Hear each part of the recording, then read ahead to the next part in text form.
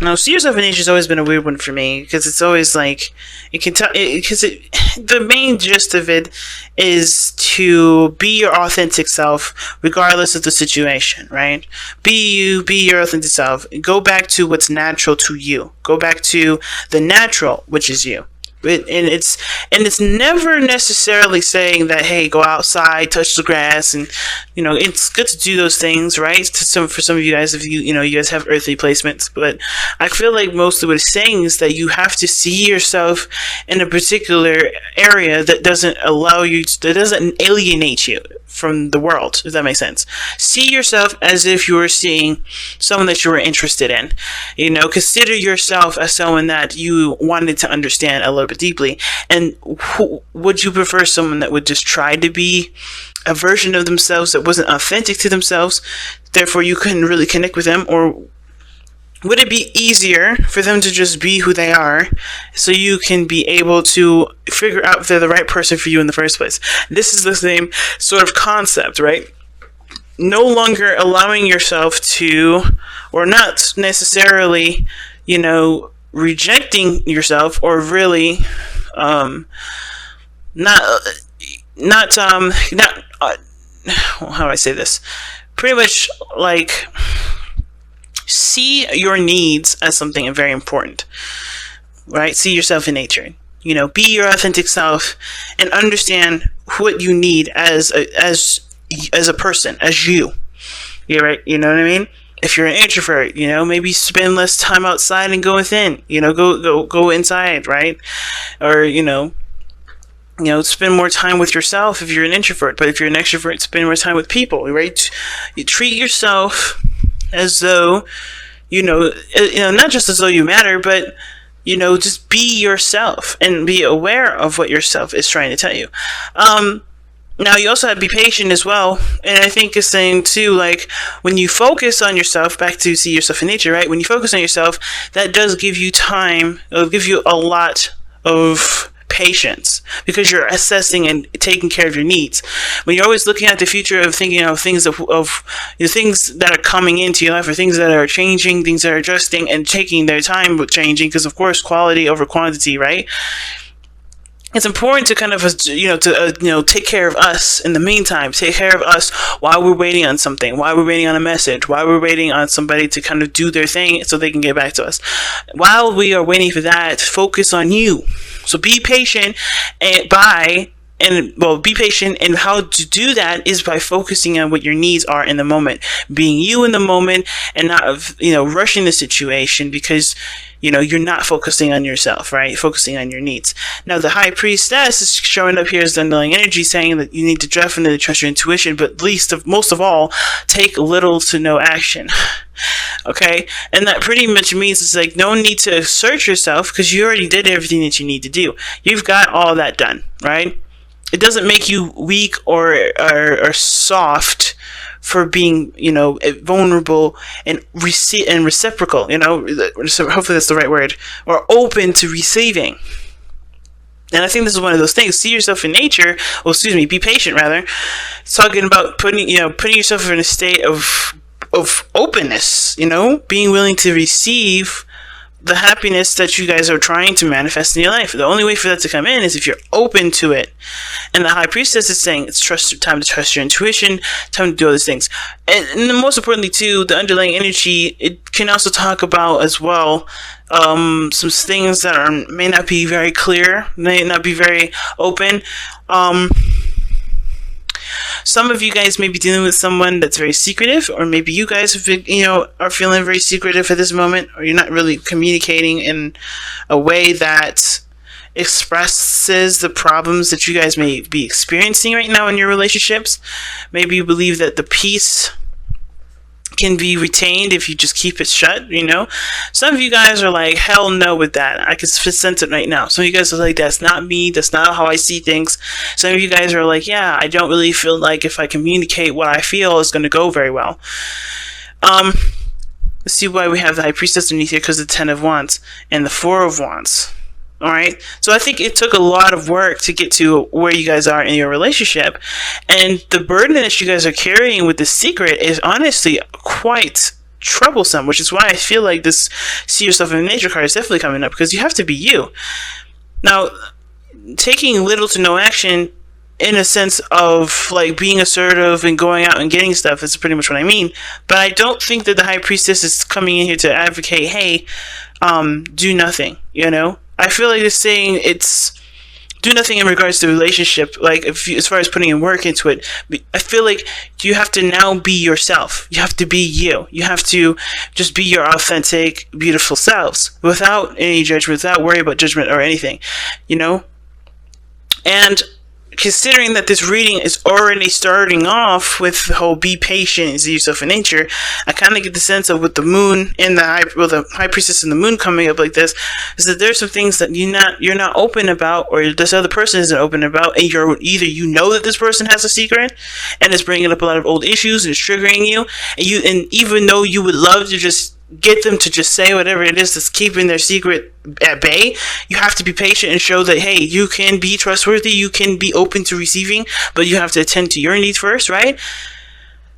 It's really interesting, because that's what I get from it. I feel like for some of you guys, there's somebody that's got a secret, something that they deeply want to tell you something, or they deeply, have something that's eating them away, and then instead of saying it, they have to prove to themselves that you can be either trusted, or that, that you can be let in, this person has to be okay with that vulnerability for themselves, and it triggers you to some way, and you're taking it personally when it has nothing to do with you. I don't think that the situation that this person's going through has anything to do with how you and them interact.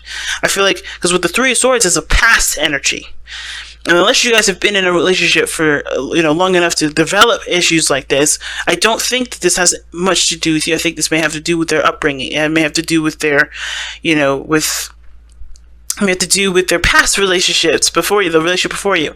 And maybe there's some things that are hurting them still, that are keeping them from being able to feel comfortable enough to communicate that with you.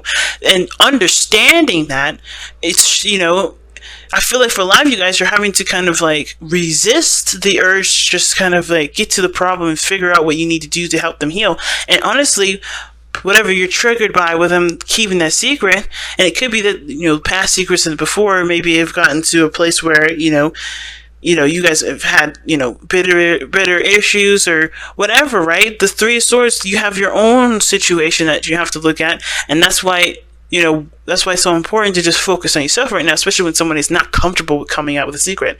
I don't think there's a third-party situation, but I do think this is something that's definitely painful for this person to come out with. Then, that being said, this could literally be you. You could have an issue with communicating with the person that you're with right now, not because they are the problem, but because you're you're trying to figure out and heal from the pains that you've experienced in the past. And you don't really know if you can really allow that person into your life after everything you've experienced here. Okay? And now, even though what was great was that this person came back into your life, old issues are starting to creep up. And the secrecy on your part, if this is you, right, and if this is not your partner, the secrecy that exists is mainly to protect yourself. It has nothing to do with being deceitful or manipulative of any sort. It's strictly because you're trying your best to do the best for yourself as you can. But that sort of resistance to things, that sort of closed up portion of yourself, it's not necessarily helping the situation either. It's keeping the problem at bay. Okay? Now, for some of you guys, there may be problems with intimacy. There may be problems with having children. There may be problems with, creation. Or there may be issues where in relationships, you find yourself in a situation where either something happens where you get too comfortable and somebody takes advantage of you, or you end up taking care of everybody else and no one takes care of you. There's something going on here with the Three of Swords regarding this Empress, right? Either somebody in the past have hurt you deeply, and it's hard to be able to walk away from that, hard for you to forget that, and nobody's telling you should. It's mostly because the biggest thing that I feel is looking at is like being honest about what this pain is and being able to overcome that pain. I feel like for some of you guys had a second chance at something. Maybe you guys gotten back together with somebody, a certain individual, and this relationship that was their prayer is back, which is why the Three of Swords is coming up. But I feel like for a lot of you guys, you're realizing that a lot of this stuff is your own personal issues, your own personal things that you hadn't been able to overcome. Well, not haven't been able, but you just, they haven't really struck a chord until like today, or maybe they always have, and this is now the opportunity. This is like bringing it to your front door. Again, it could be that too, that you guys got back together with someone and the same problems of that relationship is coming back up, and you're having a hard time with the secrecy of this person, pretty much not coming out, or not communicating what their truth is, and it's bringing up a lot of those old problems again. There's so many ways to read this, right? But I feel like for a lot of you guys, you're dealing with somebody in this relationship that's not open to communicating their feelings, not yet anyway, mostly due to insecurities, mostly due with fears, mostly due with discomforts of the past situation of where they were open before, or maybe they have been open before and they have been shut down, they've been hurt, they've been they may have been really badly devastated in that area of being of trusting that person with certain information. But that doesn't mean that the problem is going to go away by ignoring it, and I think you guys realize that. But the situation is that it's going to require a lot of patience to deal with somebody like this, not because that they're difficult on purpose, but because they just need that sort of compassion and love, as well as you do. I do kind of feel like because the old issues from maybe this past relationship, or this relationship that you have with this person, either this is someone that you're already in a relationship with, maybe this is someone that you've been in a relationship with before, or this is someone that's brand new, but they're bringing up, but this is an opportunity in love, right? So you may have similar situations from the past relationship come up to this, and you're like, damn, these problems always follow me. These problems always come up and plague my relationships. And it may, like I said before I say this is not about blame. This is not about you being the problem. It's about taking the power in the relationship and doing what you want to do with it, the way, and live your life the way you want to live, by recognizing where you may be disenfranchising yourself, or maybe where you may be putting yourself in a situation that does not reap the benefits of positive feedback from your relationship. So, and again, understand that it's not blame, it's not your fault, and nor that do you deserve it, but everything has its consequences to the way that we act. For instance, that we could be assertive and aggressive with people, but that doesn't mean that someday or something out of those, some time out of all that expression, someone else may come into the mix and may give us a response that we just don't like, or we continue to do something we don't like. So the only way for us to change situations is by changing ourselves. Not that we've been doing something wrong, more of like because the situation keeps coming up with the same outcome, and the Three of Swords is one of those things that does talk about that. And I feel like for a lot of you guys, it has to do with somebody that you're taking care of, someone that you're putting a lot of time and effort into taking care of and nurturing and loving and pampering way more than they probably deserve. And I'm not trying to say that this person does not deserve love, tender love, and care, because this person may have gone through some serious stuff, and that's why you're giving this tender love and care to them.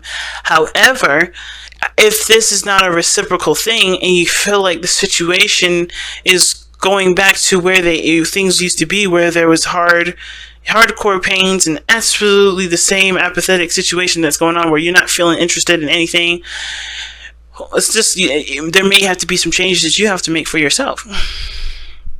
Right? If you're always going out and taking care of somebody, maybe, just maybe, the situation is calling for you to be more centered in yourself, meaning focusing mostly on yourself, which is why Temperance is coming up.